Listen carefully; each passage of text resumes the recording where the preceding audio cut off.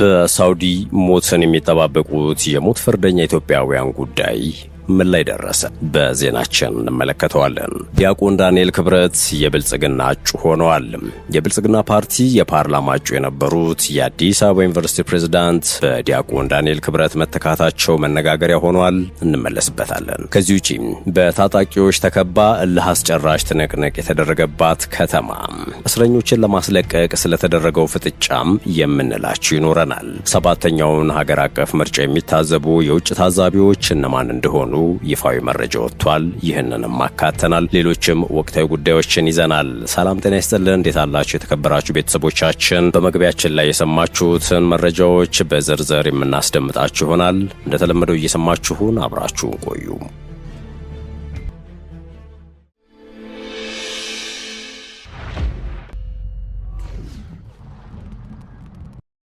የብልጽግና ፓርቲ የፓርላማ እጩ የነበሩት የአዲስ አበባ ዩኒቨርሲቲ ፕሬዝዳንት በዲያቆን ዳንኤል ክብረት መተካታቸው መነጋገሪያ ሆኗል። በሰባተኛው ጠቅላላ ምርጫ ላይ ብልጽግና ፓርቲን በመወከል በአዲስ አበባ ከተማ ለፓርላማ አባልነት እጩ ሆነው ቀርበው የነበሩት የአዲስ አበባ ዩኒቨርሲቲ ፕሬዝዳንት ዶክተር ሳሙኤል ክፍሌ በጠቅላይ ሚኒስትሩ የማህበራዊ ጉዳዮች አማካሪ ዲያቆን ዳንኤል ክብረት ተተክተዋል። ዶክተር ሳሙኤል ከምርጫው ራሳቸውን ያገለሉት በግል ምክንያት እንደሆነ ተነግሯል።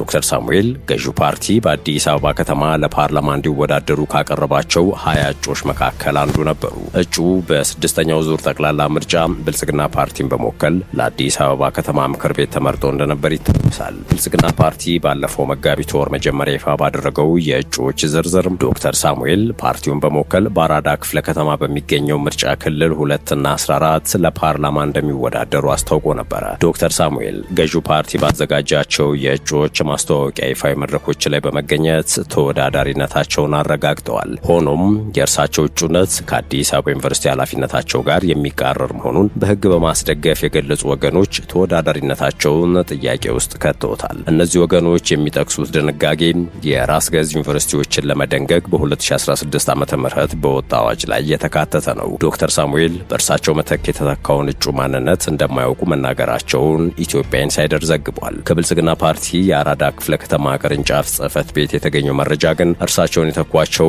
ዲያቆን ዳንኤል ክብረት መሆናቸውን አረጋግጧል። ዘገባውም የዳንኤል ፎቶ የታተመበትን የምርጫ ቅስቀሳ አዲስ ባነር ተመልክቻለሁ ነው ያለው። ዘንድሮ አልወዳደርም የሚል ምላሽ ሰጥተው ነበረ። አዲስ ማለዳ የተሰኘው የበይነመረብ መገናኛ ብዙሃን በበኩሉ ዲያቆን ዳንኤል በዘንድሮ ምርጫ ብልጽግና ፓርቲን ወክለው እንደሚወዳደሩ በትላንትናው ዕለት ይፋ ማድረጉን ተከትሎም በድጋሚ ጥያቄ የቀረበላቸው የጠቅላይ ሚኒስትሩ አማካሪ ዜናው እውነት እንደሆነ ማረጋገጫ ሰጥተዋል ብሏል። ዲያቆን ዳንኤል ለዜና ምንጩ በላኩት አጭር የጽሑፍ መልእክት ለሌሎች እድል ለመስጠት ብዬ የመተው ፍላጎት ነበረኝ። አሁን ሌሎች እድል ማግኘታቸውን ስላረጋገጥኩ የብልጽግና እጩ ሆኜ ልወዳደር ነው ሲሉ አስታውቀዋል። ሆኖም እጩ ለፓርላማ ወክለው የሚወዳደሩትን የብልጽግና ፓርቲ ከመቼ ጀምሮ እንደተቀላቀሉ ከመናገር ተቆጥበዋል።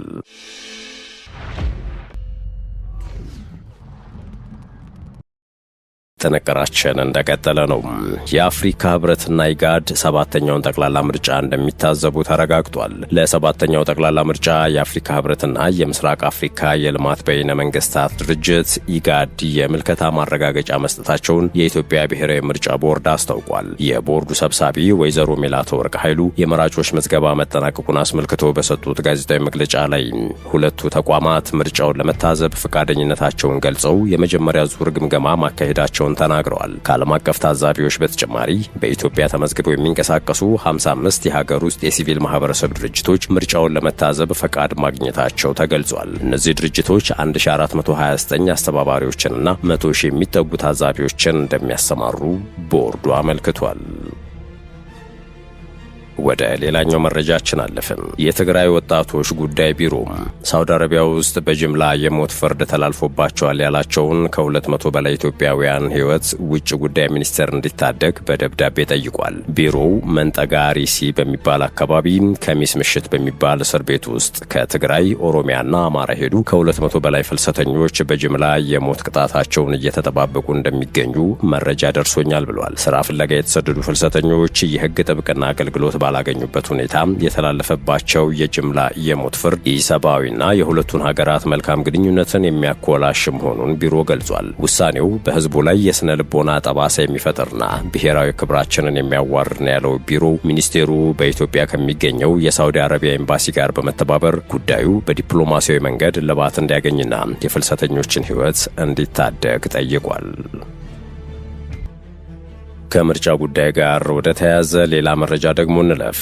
ምርጫ ቦርድ ፍቃዱ ከተሰረዘው ህወሓት ጋር ምንም አይነት ግንኙነት እንደሌለው አስታውቋል። የኢትዮጵያ ብሔራዊ ምርጫ ቦርድ ከትግራይ ህዝብ ነጻነት ግንባር ትህነግ ወይም በትግርኛው ምህጻረ ቃል ህወሓት ጋር ምንም አይነት ግንኙነት እንደሌለው ነው የገለጸው። የቦርዱ ሰብሳቢ ወይዘሮ ሜላትወርቅ ኃይሉ የመራጮች ምዝገባ መጠናቀቅን አስመልክቶ ሚያዝያ 15 ቀን 2018 ዓ.ም በሰጡት ጋዜጣዊ መግለጫ ቦርዱም የፓርቲውን ፈቃድ መሰረዙንና በአሁኑ ወቅት ምንም አይነት ግንኙነት እንደሌላቸው አረጋግጠዋል። ሰብሳቢዋ በትግራይ ክልል ምርጫ ለማድረግ የሚያስችል ሁኔታ እንዲፈጠር ቦርዱ ጥረት ማድረጉን እንደሚቀጥል ገልጸዋል። ትግራይ በፌዴራል ደረጃ መወከል እንዳለባትና ህዝቡም በመረጠው መሪ መተዳደር እንደሚገባው የጠቆሙት ወይዘሮ ሜላትወርቅ በስድስተኛው አገር አቀፍ ምርጫ ወቅት ምርጫ ባልተካሄደባቸው አካባቢዎች ተራዝሞ እንደነበር አስታውሰው አስቻይ ሁኔታዎች ሲመቻቹም በትግራይም ተግባራዊ እንደሚሆን ተናግረዋል። የህወሓት ውሳኔ ክልሉን ለዳግም ጦርነትና ትርምስ የሚዳርግ ነው በሚል ውድብ ናጽነት ትግራይ፣ ስምረትና ስርዓት ቃንጪ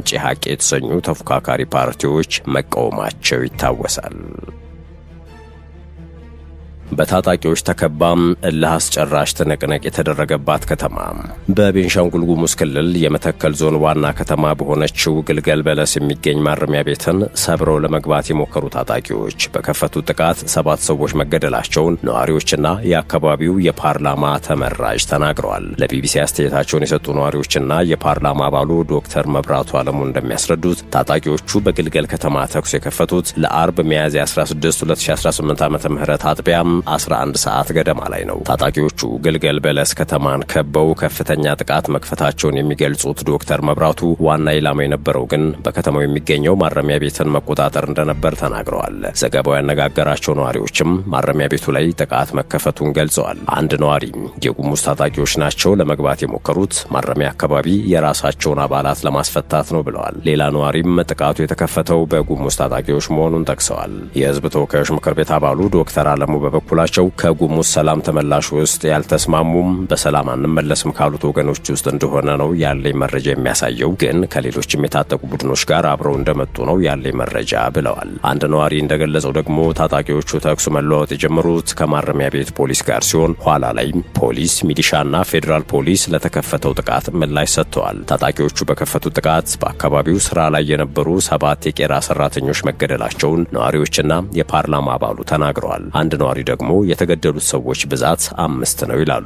ማረሚያ ቤቱና የከተማው ቄራ የሚገኙበት ስፍራም ተቀራራቢ መሆኑን የሚያስረዳው አንድ ነዋሪ በአጋጣሚ በመሃል የተገኙ የቄራ ሰራተኞች 7 አካባቢ ተገድለዋል፣ እዚያ ለእርድ ሄዱ ናቸው ብለዋል። ከታጣቂዎቹ በኩል 2 ሰዎች መገደላቸውን አክለዋል። ታጣቂዎቹ ማረሚያ ቤቱ ላይ በከፈቱት ጥቃት እስረኞችን እንዳላስለቀቁም ነዋሪዎችና የምክር ቤቱ አባል ተናግረዋል። ዶክተር መብራቱም ሊሳካላቸው አልቻለም፣ የማረሚያ ቤት ፖሊሶች ትልቅ ተጋድሎ አድርገው ያንን ነገር ማስቀረት ችለዋል ሲሉ ያሰባሰቡትን መረጃ ጠቅሰው ተናግረዋል። ከ2011 ዓ.ም አንስቶ ተከታታይ ጥቃቶችን ካስተናገደ በኋላ አንጻራዊ ሰላም ሰፍኖበት የነበረው መተከል ዞን ካለፈው ዓመት አንስቶ በኦሮሞ ነጻነት ሰራዊትና በጉሙዝ ታጣቂዎች የሚፈጸሙ ጥቃቶች እየፈተኑት ነው።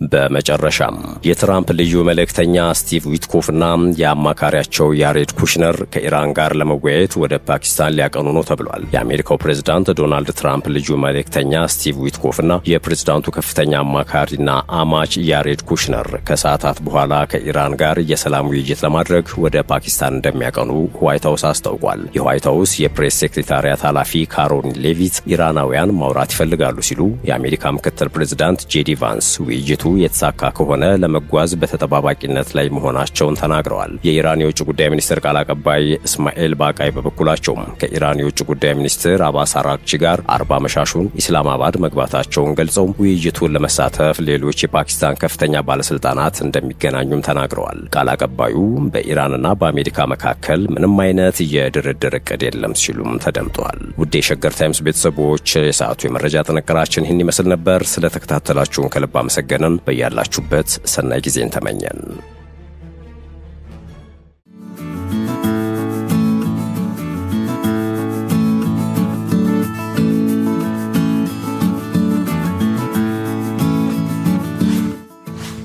ሸገር ታይምስ ሚዲያን ሰብስክራይብ በማድረግና ደወሉን በመጫን ይከተሉን።